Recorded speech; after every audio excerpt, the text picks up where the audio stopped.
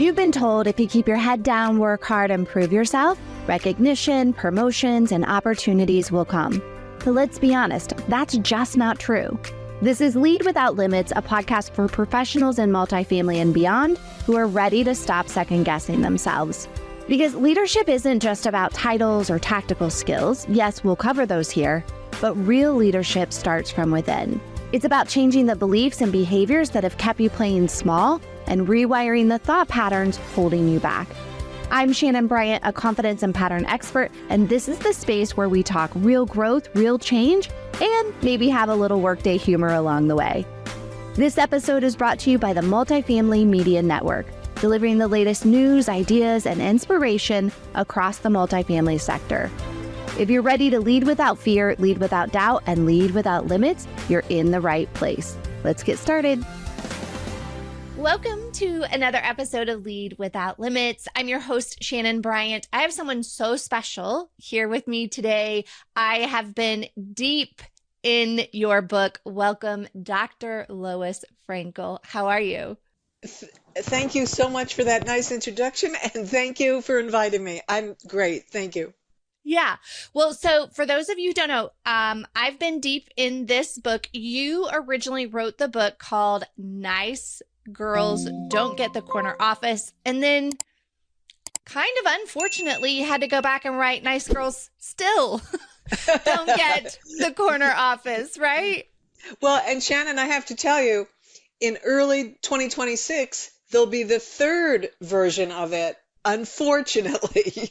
Okay, so I added the word already. Unfortunately, still doesn't happen. Yeah. Well, one of the things that I read in the book right away was the part about, and I would love for you to talk about this, but women in terms of like self-awareness and empathy and self-regulation, we do better in that arena than men, it seems like. But only 3.8% of women are leaders in Fortune 500 companies. And I think that's kind of across the board. Can you talk to that? Like, why is that? What you're talking about when you talk about empathy and social skills, that's really emotional intelligence. Okay. And what we know is that emotional intelligence is the sine qua non for success and for leadership. Right? It's more important that you have high emotional intelligence than necessarily a high IQ. Now, you need a high IQ to do certain things, but leadership really requires these other skills. And you're right. Unfortunately, women they're not even near parity when it comes to leadership roles. Now, there's a couple reasons for this, and I'll give you three. Number one, I just read an article that said men or little boys, they take more risks than little girls. Okay, so that little girls are rewarded for following the rules. Right? Little boys are often rewarded for taking more risk, whether that's explicit or implicit, so that parents really tolerate boys who go outside the lines a little bit because it's seen as consistent with having, again, a risk-taking character. Whereas when girls do it, it's not quite as acceptable. So as a result, when they grow up, boys will say grown-up boys, men will say things like, I've never done this job before, but I'm sure I can do it. Okay. Whereas a woman will not take a job unless she's 100% sure she can do it. So that's number one. Part of it is just what we get reinforced for in childhood.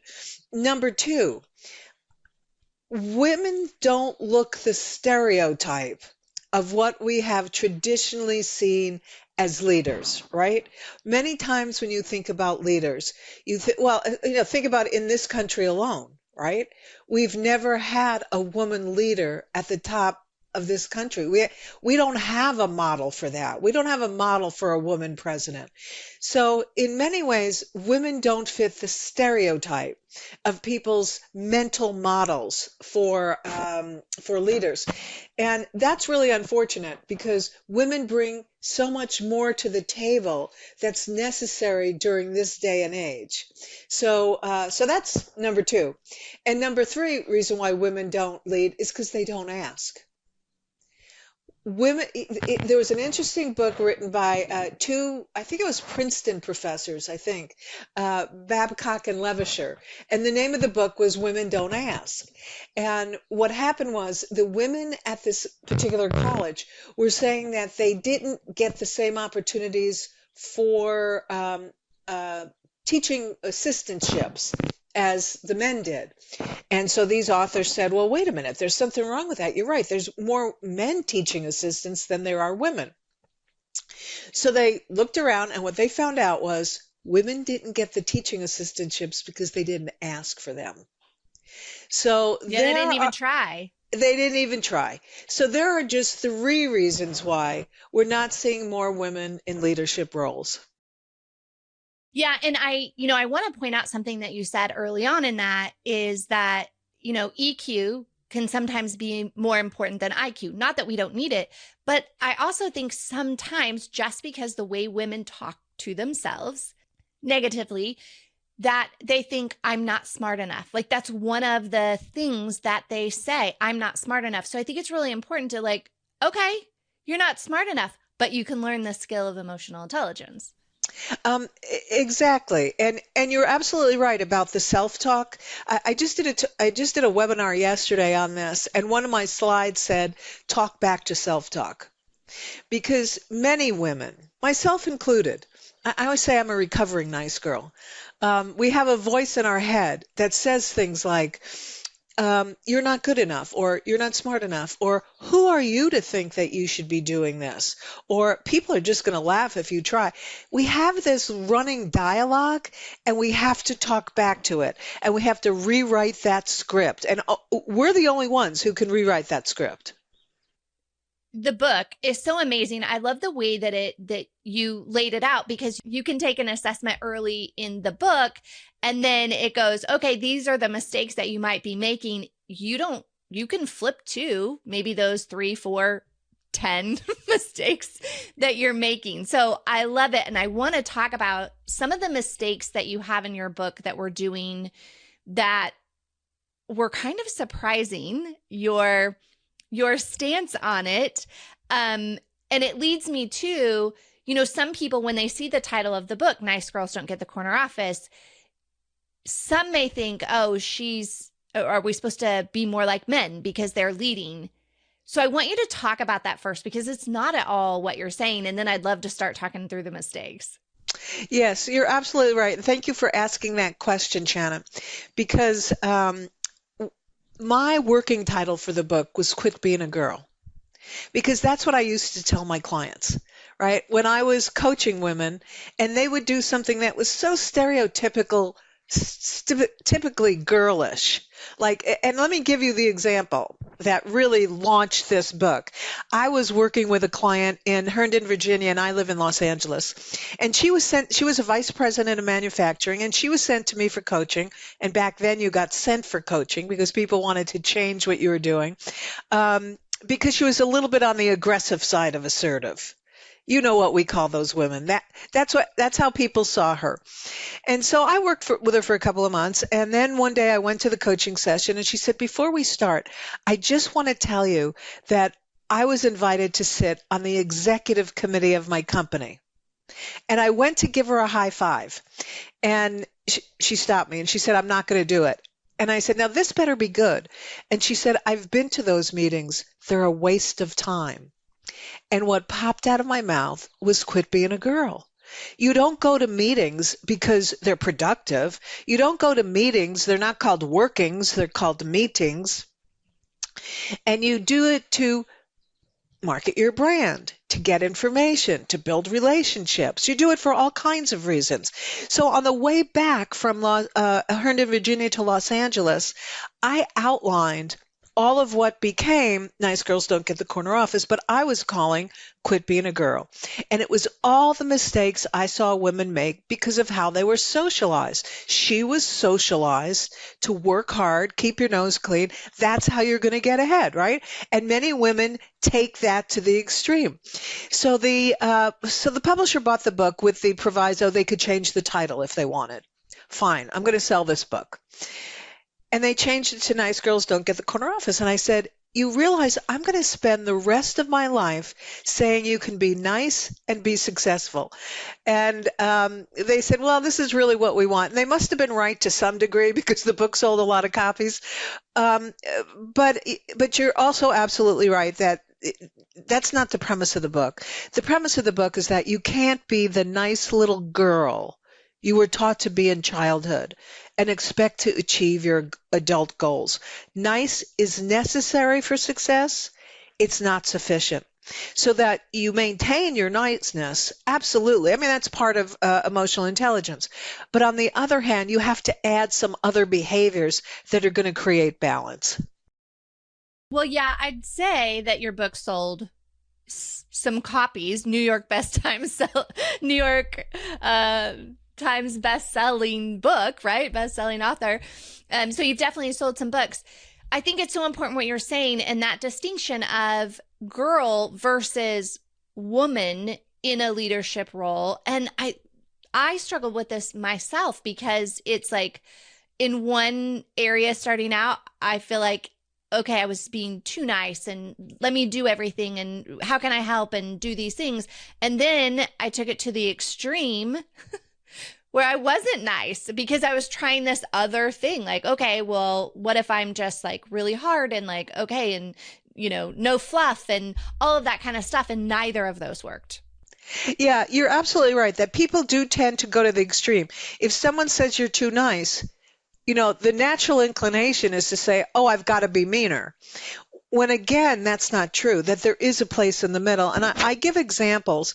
I say someone like Martha Stewart, she didn't go to jail because she cheated the government out of, I don't know if it was $20,000. It could have been $200,000. Whatever it was rounding off numbers for her. She went to jail because she didn't come across as nice enough. She came across as imperious, right? As if she was above everyone else. She went to jail because people didn't like her. Yeah. On the other end of the continuum, you have someone like Sally Field, right? Who, when she wins an Academy Award, says, you like me, you really like speech. me. Yeah. Right? And so you have to be at this place in the middle that that maintains your authenticity and who you are as a woman, but also add some more entitlement behaviors. Like I'm entitled to say what I want. I'm entitled to ask for what I want. Not that you're saying that out loud, that you're saying that to yourself. Yeah. And I just think it's really important for us to think about that. So thank you for explaining it, because we also hear so much of like, oh, I can't be, I've got to be in this perfect balance. Can't be too much this way. Can't be too much this way. And you're saying like, be your woman self and grow into that. Yeah. I liken it to a prize fighter, right? Our niceness may be our left jab. Right? It's like, it's one of our greatest strengths. I'm left-handed, so, it might be my left jab. But if I only fight with a left jab, I'm not going to win many bouts. I need to learn how to have a right uppercut or how to move my feet more or whatever it is. I need to balance that with something else that's going to make me even more effective. And so in that way, I really look at it as adding tools to your toolkit. Right. Oh, so good. Okay, I want to talk about some of these mistakes. One of them that I was really surprised by, mistake number 13, avoid office politics. And we always hear avoid office politics. You're saying don't avoid office politics. Explain. Yeah. Avoiding office politics is a mistake. And what I want women to do is I want them to replace the word politics with relationships. Because in the end, that's what politics is. It is the business of relationships. And inherent to every relationship, there's a quid pro quo.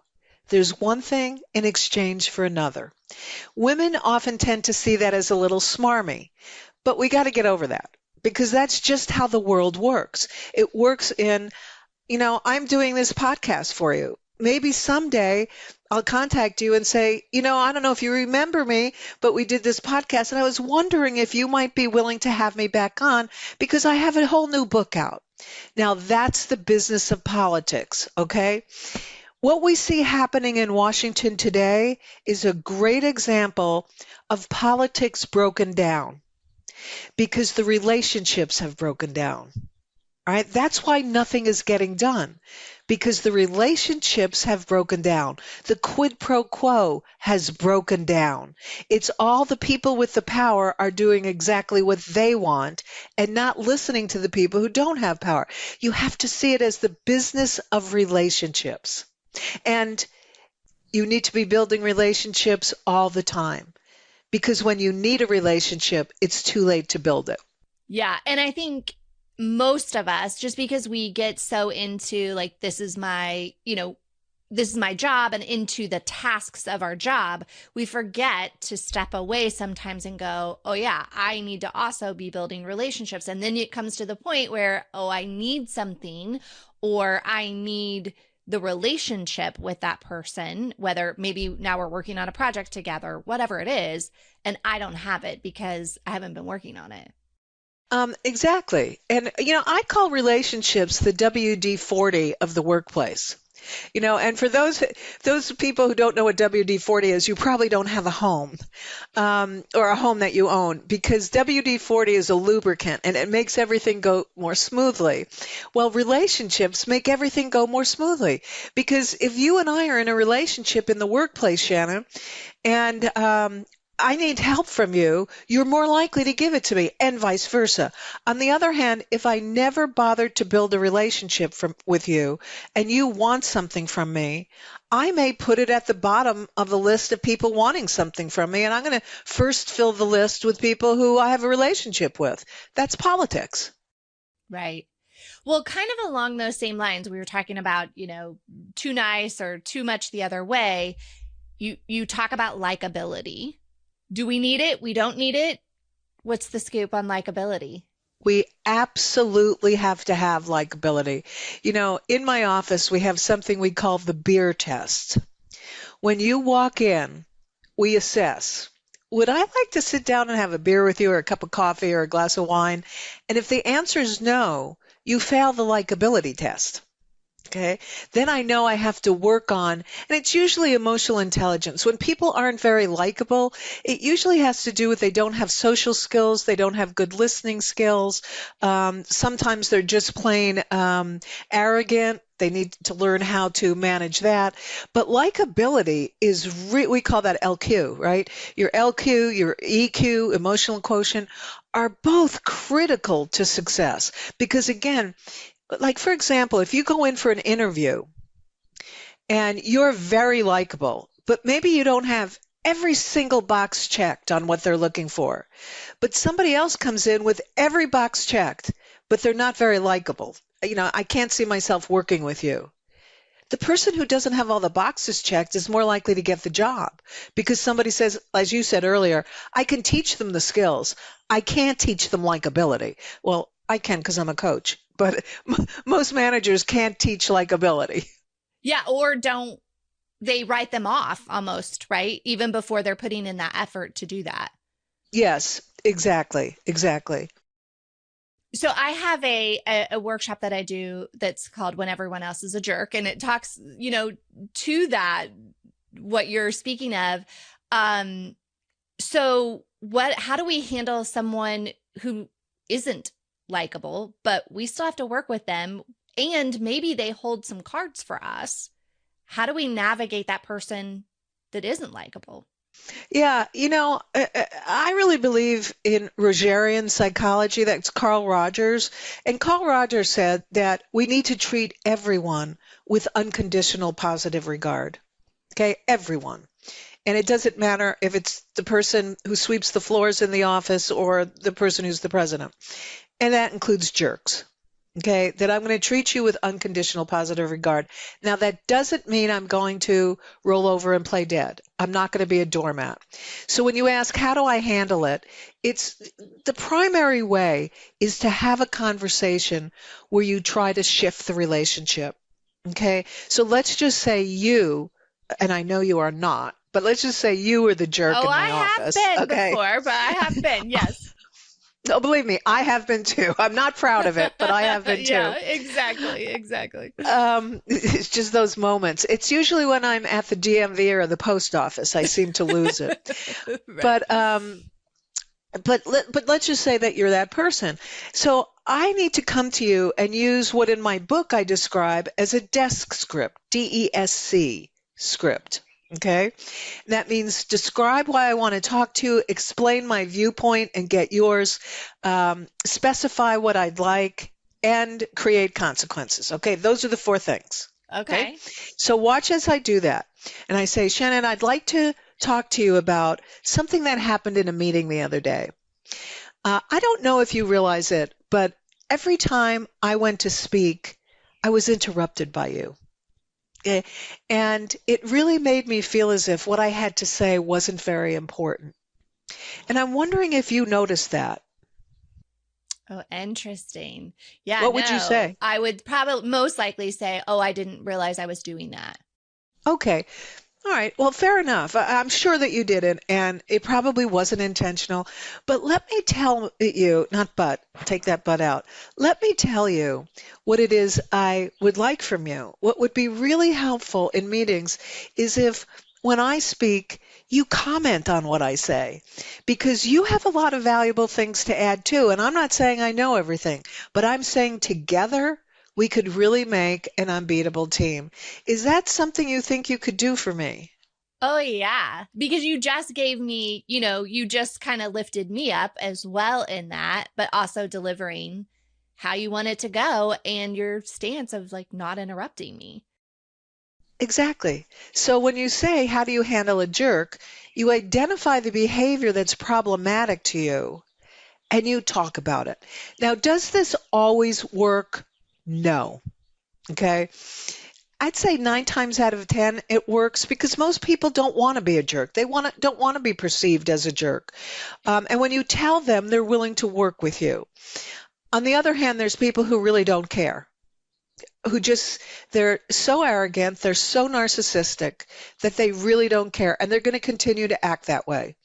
And so those are people that you essentially have to protect yourself from. You take notes, you document everything, you make sure that they can't do you any harm.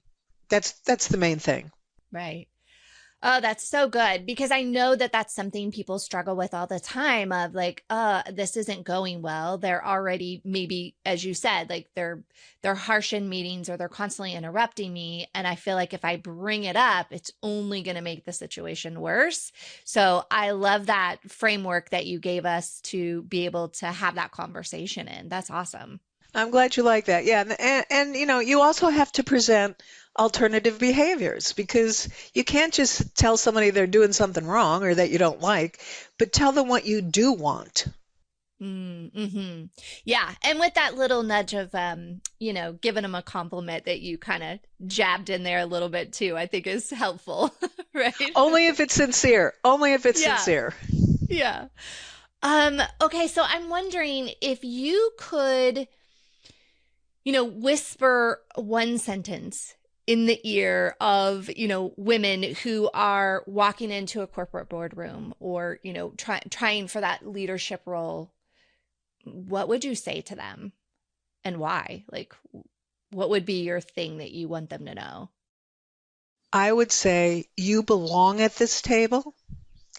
Make sure you sit at the table, lean forward, fold your hands lightly on the table, and be among the first 2 or 3 people to speak. Oh, that's so good. That's so And good. I think that helps command the room. And it also gives you something to think about and do rather than be self-conscious, like I don't really belong here. It's rather, I do belong here, and I'm going to come in and I'm going to own the room in my own way.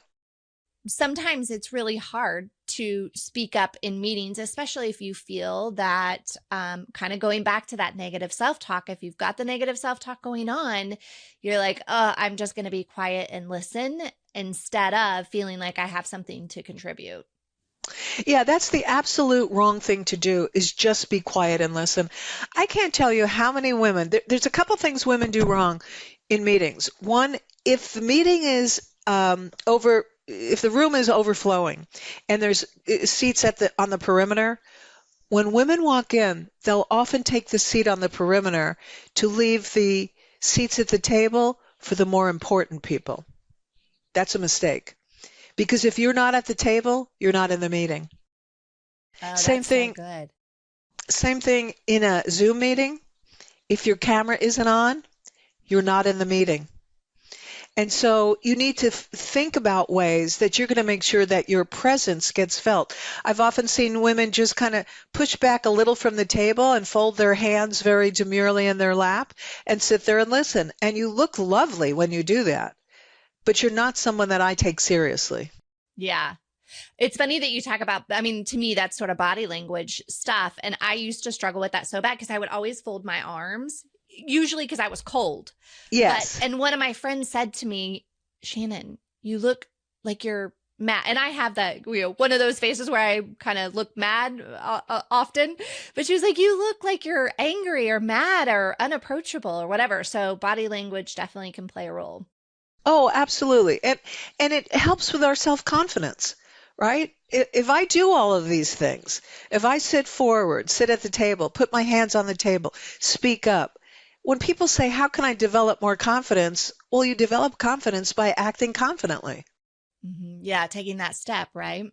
Well, you mentioned that the third book is unfortunately, nice girls still don't get the corner office. So there must be conversations that women are still having or things that they're still saying about their careers or about their ability that is kind of bringing on this third book, still kind of around this topic. So what is it in particular? What is it the most that you're still feel like women are getting wrong? Yeah, it's interesting because the publisher came to me last year and said, would you do a third one? Would you do a 20-year update? Because essentially the first one was written 20 years ago, and then the one you have was written 10 years ago, and now we're 20 years into it. And I said, no, I think I've said everything I have to say. And then I put out a message on LinkedIn to my followers, and I said, they're asking me to do another book. Do you think this is necessary? I got so much positive reinforcement that absolutely, here's what's still happening. So then I sent out a survey. I said, to just find out what's it like to be a woman in the workplace today. And I have to tell you how surprised I was that the things I talked about 20 years ago were still true. Yeah. Now, another unfortunate coincidence is that the book is coming out at a time when we have an administration that is exhibiting backlash against DEI, okay? So that the opportunities that were being made available for women and women of color and people who are differently abled and you name it, everything that DEI encompasses, that they're going away, which is going to make it even harder for women then, because it's almost given permission for people to push anyone who's not white and male into the background. Okay. So that is happening at the same time. And in the book, I have this chart that said what's happened in the last 20 years, the good, the bad, and the ugly. Well, the good was we were starting to make some progress. Okay. The bad thing was it was still pro forma. Okay. It was still, I know I have to do this. I know I have to have affinity groups in my company because that's what everyone else is doing. Yeah. Right. So that was, not so good. And now that we're living in this day and age, it's even worse because those companies that were doing it pro forma have permission not to do it at all. Right. And so companies like, I'm thinking Costco is a great example of a company that says, we're still going to do this and we don't care. We're still going to do this. So I think that's one thing I talk about in the book, that even though things have changed, there is a backlash at this point in time. The other thing is with more working from home. Yeah. Women still do more work at home in addition to working. And I've often said that working from home for women is not the best thing. If you have a choice to go to the office or work from home, my suggestion would be you go to the office. Why do you Because think when that's important? Because I think that's a big topic, right? It is a big topic, and I have a whole chapter on remote work. I have a whole chapter on just remote work, and it's because you have to be seen, right? If it's your intention, and it's not everybody's intention. So somebody who's watching this and says, "Yeah, but I don't really care about climbing the corporate ladder." Great. Okay, you've got your values where you want them. Family's important. You get to spend more time with your family. Don't do anything different. Right. But if you're somebody who's saying, I don't seem to be achieving the goals I want to achieve, then you've got to say, well, maybe I need to go to the office more often. Maybe I need to make sure there's no kids crying in the background, Right. right? Maybe I need to make sure I invite people to lunch once in a while and I get out of my sweats and I get out of, whatever I'm wearing. So, that's something that's different. Another thing that's different, I have a whole chapter on self-care. Nobody talked about self-care 20 years ago, right? I mean, we did talk something about work-life balance, but it was kind of an oxymoron because there's no such thing as work-life balance if you're climbing the corporate ladder. There's no such thing. Yeah. So what you need to do, what's better to do, is to factor in some self-care. And then the other new thing in the book, it's the first chapter, is rookie mistakes. And that's for people who are for women who are in their first job in the workplace. Oh, Okay? yeah, good. Yeah, that if you're in your first job, you're making a whole lot of mistakes. And so, things like not getting in the game, not understanding it's a game, not speaking up because you think, everybody in the room has more experience than you, or coming to work late, not realizing, hey, this isn't a class that you can slip into unnoticed. This is work. You're getting paid to be here at a certain time. Things like that. So there's a whole chapter on how women can position themselves for success from the very first job. Well, I like that you touched on the fact that if you're not trying to climb the corporate ladder, if you're not trying to get into that full, leadership role, then okay, if you're good with that, then maybe some of this stuff doesn't apply. But if you are someone who's like, I want to, I've got this goal and I'm looking to achieve it and I just don't know how, you go through and list all of that. Do you know how many mistakes fully? I can't remember how many. There were 101 mistakes in the original one.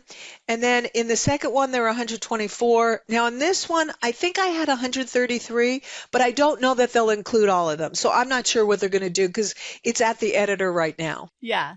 So over 100 mistakes that we can make.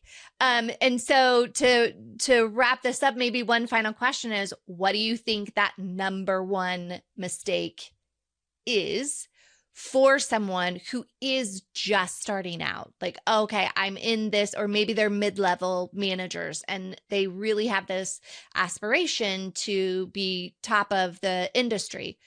What's the number one mistake that they are making?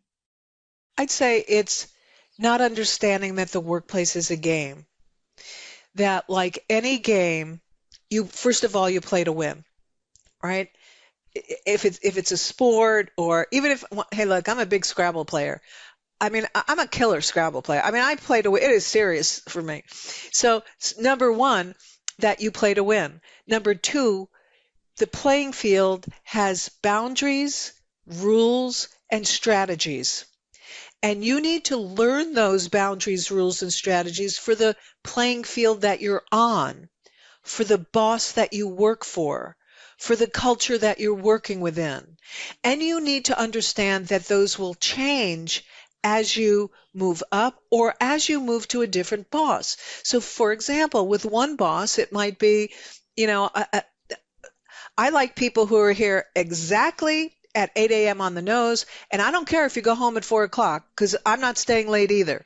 So that's what the boss wants. You might move to a new boss who says, I expect people to stay late if there's work to be done. If you haven't done your work, you're expected to stay late. So again, it's about understanding all these nuances, and it's not about just coming to work and working hard. Everybody's expected to work hard. So what's going to distinguish you?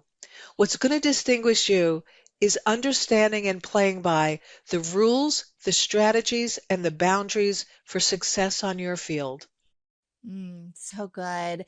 Dr. Lois Frankel, we can't wait for the next book. So tell us how people can find you so that when that book comes out, we're able to snag it. I would ask that you connect with me on LinkedIn. And the reason for that is multifold. One is so that I could tell you when the new book comes out, but also because I post articles of interest and opinions and about what's happening in the world with women.